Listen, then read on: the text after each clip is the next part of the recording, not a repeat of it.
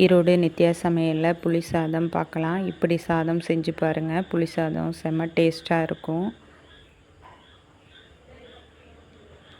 புளியை ஊற வச்சுக்கோங்க. ஒரு 1/2 hour ஊற வச்சுக்கோங்க. சுடு தண்ணியில் ஊற வைங்க.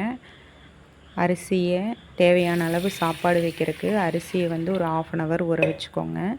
ஊற வச்சு சாப்பாடு வச்சிங்கன்னா சாப்பாடோட கண்டென்ட் அதிகமாக இருக்கும். அதனால் ஊற வச்சுக்கோங்க. கடலைப்பருப்பு, நிலக்கடலை பருப்பை நல்லா வறுத்து ஆற வச்சு தோல் உரித்து வச்சுக்கோங்க. அந்த தோல் பார்த்திங்கன்னா சாப்பாட்டில் மிதக்கும். அதனால் பார்த்திங்கன்னா நீங்கள் வறுத்து ஆற வச்சு அந்த தோலை கசக்குனிங்கனாவே அது விட்டுரும். லைட்டாக தேய்ச்சா போதும், வந்துடும். அதை செஞ்சு வச்சுக்கோங்க.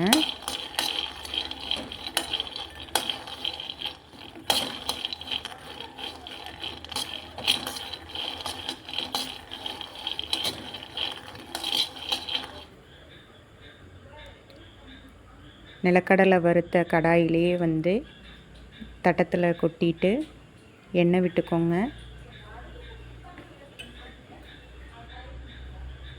கடுகு போட்டுக்கோங்க. கடுகு நல்லா பொரியிட்டுன்னு கடலைப்பருப்பு, உளுந்தம் பருப்பு போடுங்க.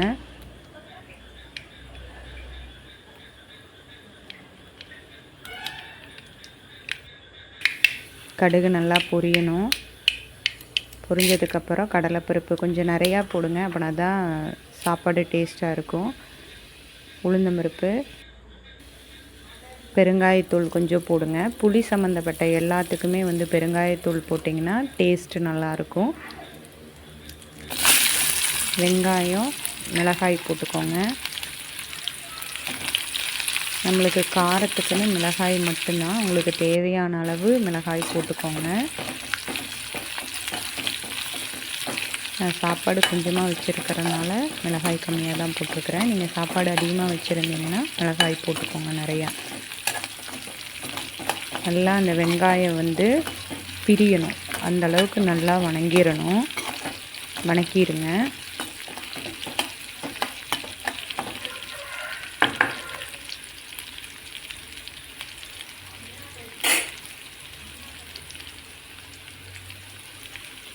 புளியை நல்லா கரைச்சி வடித்து வச்சுக்கோங்க. அந்த புளி கரைச்சலை இது வெங்காயம் நல்லா வணங்கட்டு அப்படின்ட்டு அந்த புளி கரைச்சலை ஊற்றிக்கோங்க. ஊற்றிட்டு மூடி வைக்காமல் நல்லா கொதிக்க விடுங்க. மஞ்சத்தூள் சேர்த்திக்கோங்க. உப்பு போட்டுக்கோங்க. மஞ்சத்தூள் ஆப்ஷனல் தான். உங்களுக்கு மஞ்சத்தூள் வேண்டான்னா விட்டுருங்க. மஞ்சத்தூள் போட்டிங்கன்னா கொஞ்சம் நல்லாயிருக்கும். நல்லா கொதிக்க விடுங்க. மூடி வைக்காதீங்க. மூடி வச்சிங்கன்னா அந்த வேத்து மறுபடியும் அந்த தண்ணி அந்த புளிக்கரைச்சலுக்குள்ளேயே விழுவும். அதனால் மூடி வைக்காமல் கொதிக்க விடுங்க. வெல்லம் கொஞ்சம் சேர்த்திக்கோங்க. நல்ல டேஸ்ட்டு கொடுக்கும். பூண்டு கொஞ்சம் சேர்த்திக்கோங்க. நல்லா கொதிக்க விடுங்க.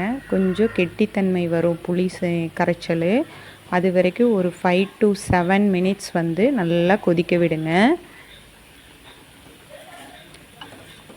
லைட்டாக சைடில் ஆடை கட்டும் பாருங்கள். அந்தளவுக்கு கொதிக்க விடுங்க.